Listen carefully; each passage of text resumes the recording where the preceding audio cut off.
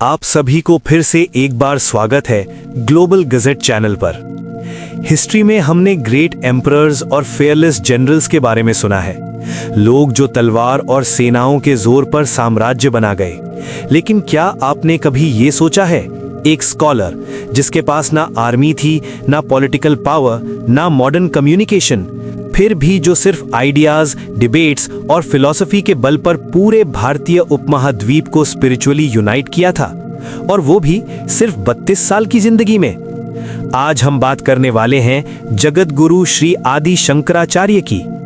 आदि का अर्थ है फर्स्ट। वो 8th सेंचुरी के एक महान वैदिक स्कॉलर, फिलोसोफर और आचार्य थे, जिन्हें हम आदि शंकरा के नाम से जानते हैं। परंपरा उन्हें लॉर्ड शिवा का अवतार मानती है, जो उस युग में प्रकट हुए जब सनातन धर्म के मूल सिद्धांत बिखर रहे थे। आइए शुरू करते हैं एक डीप इंटेलेक्चुअल जर्नी, ताकि हम समझ सकें आदि शंकराचार्य असल में कौन थे और उन्होंने भारत को हमेशा के लिए कैसे बदल दिया था। आदि शंकरा के जीवन पर हिस्टोरिकल डेटा सरप्राइजिंगली लिमिटेड है, और आयरनी ये है कि भारत के सबसे प्रभावशाली दार्शनिक की डेटिंग आज भी डिबेटेड है। अद्वैत वेदांत, जो कि एक प्रोमिनेंट हिंदू फिलॉसफी है, उनके अनुसार कुछ पीठास जैसे कांचीपुरम शंकराचार्य को 5th सेंचुरी BCE तक ले जाते हैं। ये डेट्स उनके मोनास्टिक रिकॉर्ड्स पर आधारित हैं। मॉडर्न हिस्टोरियंस और रिसर्चर्स फर्मली उन्हें 8th सेंचुरी CE में प्लेस करते हैं, रफली 700 से 750 CE के बीच। इसका सबसे स्ट्रॉन्ग एविडेंस ये है कि शंकराचार्य अपने थॉट्स और फिलॉसफी में बुद्धिस्ट और मीमांसा थिंकर्स, जो ऑर्थोडॉक्स वैदिक फिलॉसफर थे, उनके आर्ग्यूमेंट्स का डायरेक्ट रिस्पॉन्स देते हैं। 8th सेंचुरी इंडिया, ये वो समय था जब भारत में राजनैतिक अस्थिरता, धार्मिक प्रतिद्वंद्विता और इंटेलेक्चुअल फ्रैगमेंटेशन अपने चरम पर थे। इस समय में हिंदू सोसाइटी डीपली डिवाइडेड थी। बुद्धिज्म और जैनिज्म की पकड़ स्ट्रांग थे। वैदिक ट्रेडिशन को रीडिफाइन और डिफेंड करना जरूरी हो चुका था। इसी इंटेलेक्चुअल केओस के बीच शंकरा का उदय होता है। परंपरा के अनुसार शंकरा का जन्म कलाडी, केरला में हुआ। उनके पिता का देहांत उनकी बहुत छोटी उम्र में ही हो गया था। बचपन से ही उनका मन सन्यासा की तरफ झुकता था, लेकिन उनकी मां इसके खिलाफ थी। एक दिन नदी में स्नान के दौरान एक क्रोकोडाइल ने उनका पैर पकड़ लिया। शंकरा ने अपनी मां से कहा, यदि मुझे सन्यास की अनुमति मिले तो मैं बच सकता हूँ। मां ने हाँ कहा और क्रोकोडाइल ने उन्हें छोड़ दिया। यहीं से शुरू होती है उनकी रिनंसिएशन।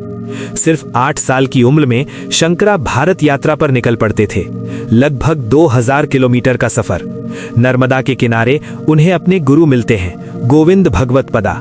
उनके गाइडेंस में शंकरा ने वेदास, उपनिषद्स और ब्रह्म सूत्र पर मास्टरी हासिल की। परंपरा के मुताबिक 16 साल की उम्र तक वो अपने मेजर वर्क्स लिख चुके थे।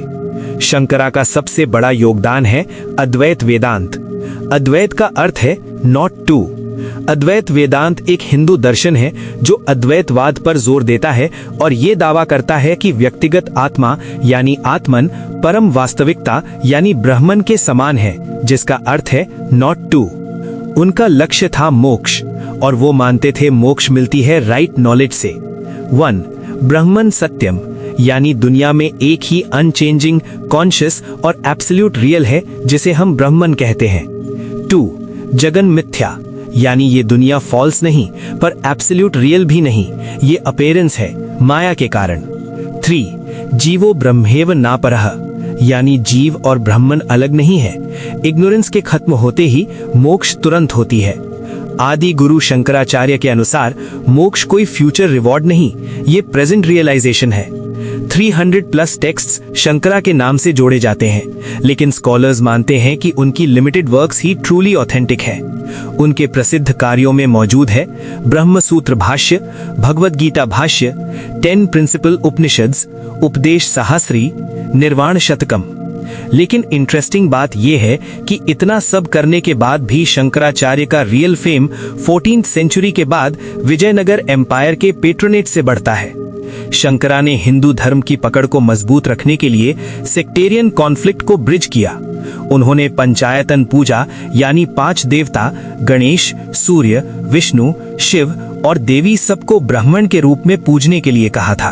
उनका मानना था रिचुअल्स माइंड को प्योरीफाई करते हैं, लेकिन मोक्ष सिर्फ ज्ञान से मिलती है।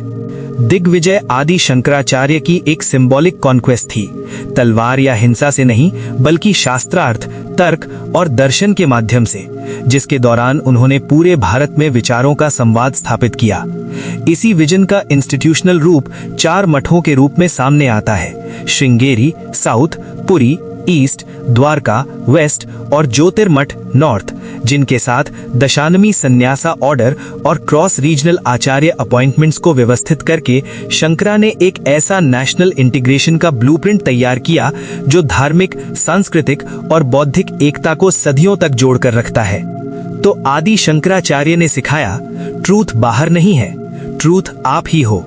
उनकी लेगेसी सिर्फ दर्शन नहीं, सिविलाइजेशनल कंटिन्यूटी है। आपको अद्वैत का कौन सा पहलू सबसे ज्यादा इंस्पायर करता है? कमेंट्स में लिखिए।